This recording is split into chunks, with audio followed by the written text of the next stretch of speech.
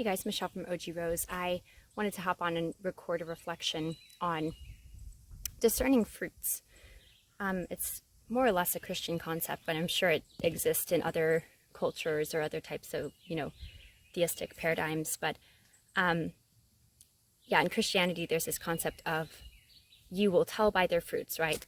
And there's also obviously the fruit of the Spirit, which are a list of different things like love and patience and such things. And I think it is a very helpful rubric for how to cultivate a type of character that is just more abundant, more functional, more joyful, because usually it leads to better relationships with oneself and with others. But obviously the risk of having a concept of discerning fruits is to become judgmental of others, right? Oh, they're not very loving. Oh, they're not very patient. So obviously there's risks with it, but there's also, like I said, the rewards of having a rubric for behavior, right? And like what you want to be like, or, what you want to cultivate in those you might be training or raising. But yeah, the hermeneutical question is a big one for me regarding, there's the question of what does it mean, to be loving, to be patient. And usually it's thought of as pretty self-evident, right? Like, well, most people know what it's like to be patient, or to be with somebody who's patient versus be with somebody who's not patient, etc. But there's also the fact that we know it's especially with love, where, just think about, like Daniel and I've talked about before, even just the Chapman book that's pretty mainstream recognized, where there's love languages, right? So some people feel they receive love in certain ways as opposed to other ways. At least they can discern it to be more loving to, let's say, receive acts of service versus, receive physical affection or whatever. Though usually most people like all of them, right? But there's certain that really stand out and feel very loving to a person. So that shows that the way we understand love is, there is some relativity or particularity, I should say, because I think obviously it can be splintered into relativism completely. And then how do you have a rubric if it's all just relative, right? Well, that's patience for you, but that's not patience for me, and da-da-da.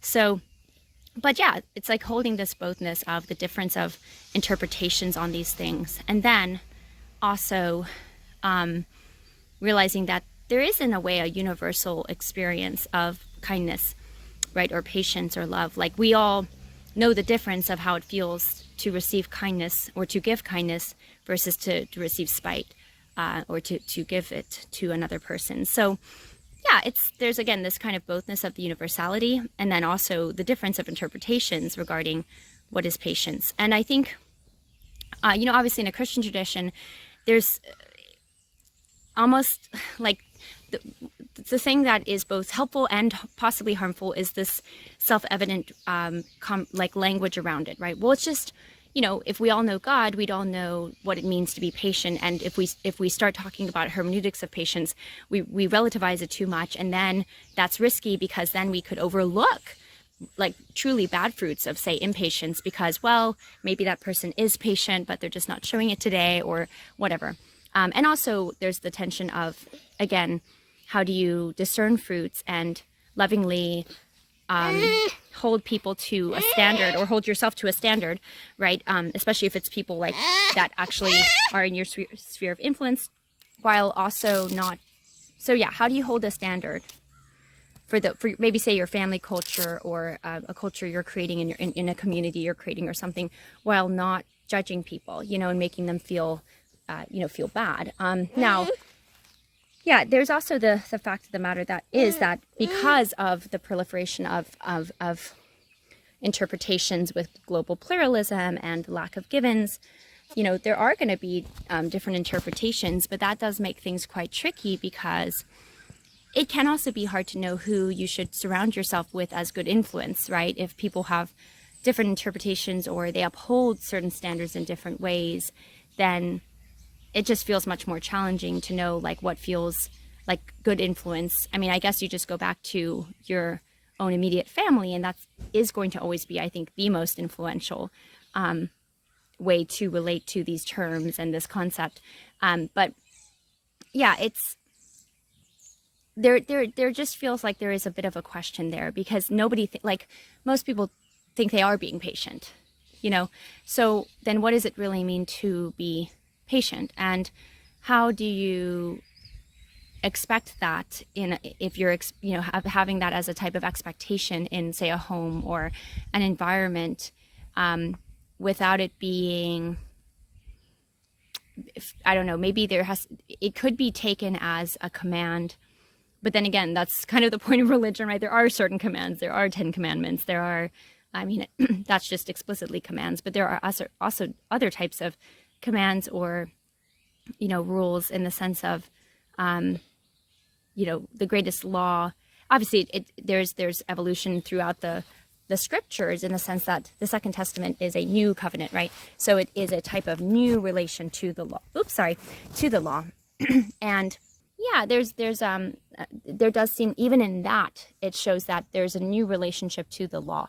And when the law becomes, the greatest law is to love the Lord your God with all your heart, soul, strength, and mind. And though I got the words out of order. And then the second is to love your neighbor as yourself. Well, that is, in a sense, quite a statement to make, given what the Judaic law would have been. So what I'm trying to say is that there is something of a necessary relationship and speculation and rethinking on discerning fruits that I think is helpful, or is necessary, but also feels, again, tricky. The one route is just to say it's self-evident. It's self-evident, and any conversation to go beyond the self-evidence could just be an excuse for not admitting or accepting or acknowledging that there are certain bad fruits that are actually evident, that are being overlooked for the sake of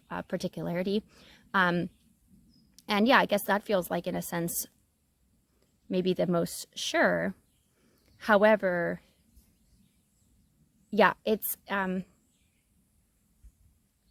there's this kind of feeling of like, who gets to decide? And again, from the Christian paradigm, it's like, well, God decides, right? God's word decides. But then again, God's word doesn't illustrate exactly in detail what patience is going to look like for every, in every single situation. So,